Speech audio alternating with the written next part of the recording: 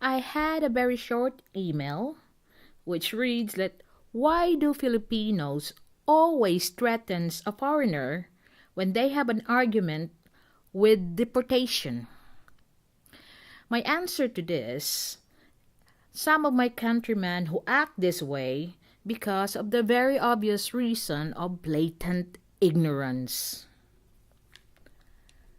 Unfortunately, some Filipinos think that they can write a complaint or report to immigration about a certain foreign person and that will be enough to deport this foreign person.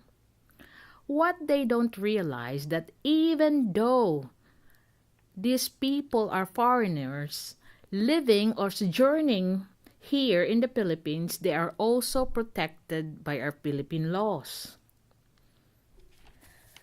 Our penal laws, public security laws, and safety laws are binding and obligatory to all persons who reside or sojourn in the Philippines, whether citizens or not.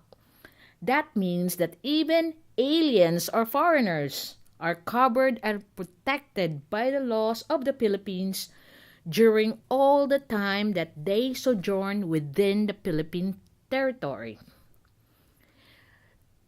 Foreigners should remember that in our Bill of Rights, the number one right says, no person shall be deprived of life, liberty, or property without due process of law, nor shall any person be denied the equal protection of the laws. Persons in our Constitution does not only refer to Filipino citizens. There are also foreigners as well that who are ignorant of these rights afforded to them while they're here.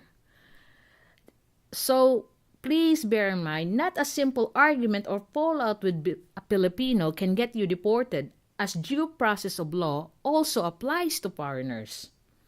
I read an article once posted by a foreigner that shouting to Filipinos can get you deported. That's absolutely misleading. You have to be convicted and sentenced of a crime listed as grounds for deportation before deportation can be executed upon you. There was a memorandum issued, I think this was this year or last year, by the Immigration Office to exclude foreigners from entering if they are rude and abusive to immigration officers. Exclusion is not the same as deportation. Exclusion means that the foreigner has not been allowed entry yet, and their actions towards the immigration officers upon applying for entry is now within the discretion of the immigration officers. So, I want to discuss how the modes of deportation procedure do. There are only two modes of deportation here in the Philippines. One, by the order of the President, but it is done after due investigation. Second, by the order of the Commissioner of Immigration, again after due investigation and upon recommendation by the Board of Commissioners. There are specific grounds for deportations. And this one, if violated, can cause you to be arrested or charged with deportation. But again, after due investigation. Number one specific ground is unlawful entry and admission into the Philippines. Entering the Philippines by false or misleading statements. Gaining entry without lawful inspection and admission by immigration authorities. Number two, conviction of a crime or offense. Take note of the conviction. Conviction of a crime that involves moral turpitude, convicted and sentenced 1 year or more. Crime that was committed within 5 years from entry. And a conviction or sentence for more than once of violation of immigration laws. And most importantly, violation of the Dangerous Drug Act. Number three specific grounds for deportation are paupers, prostitutes, public charges, and vagrants.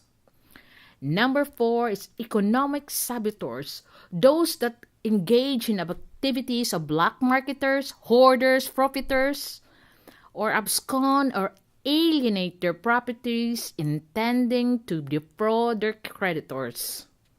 Number 5, specific ground. Violators of the condition of and limitation of their stay. This is for those tourists that come here. And number 6, subversiveness. That they pose threat to the national security, public safety, and public order. There are other grounds that can be mentioned here. And most of it, like everything illegal. Currency manipulations or economic sabotage, being a pedophile, intervention in the conduct of Philippine elections, lending money without proper license and permits, engaging in gainful employment without a permit from the DOLE or the Department of Labor, failure to renew visa or passport upon expiration or cancellation, engaging in business or commerce without proper working visa or business visa, engaging in retail business, because this is just for Filipinos, impersonating another person or using an assumed name, disposing the immigration documents to an unauthorized person, obtaining fake immigration document, entering without inspection or misrepresentation or concealment, misrepresentation as a Filipino citizen, using false statement on immigration matters, failing to secure immigration clearance certificate prior to departure from the Philippines, giving aid and comfort to or concealing, harboring, employing an illegal alien. Number 17, exceeding the period of stay as a non-immigrant. These are the tourists. Peddling merchandise under a tourist visa. All the illegal violation, anti-carnapping, wiretapping, gambling, treason are all deportable offense. Students admitted but failed to attend the school are also deportable. Unlicensed operations of slot machines, illegal logging, timber smuggling, terrorism acts, illegal trade union activities, engaging in gainful employment different from your issued employment certificate. Illegal recruitment, prostitution, sexual abuse, trafficking of children, and pornography. Illegal retail trade business, illegal adoption, engaging in mail order marriages, everything that's illegal in importation or manufacturing,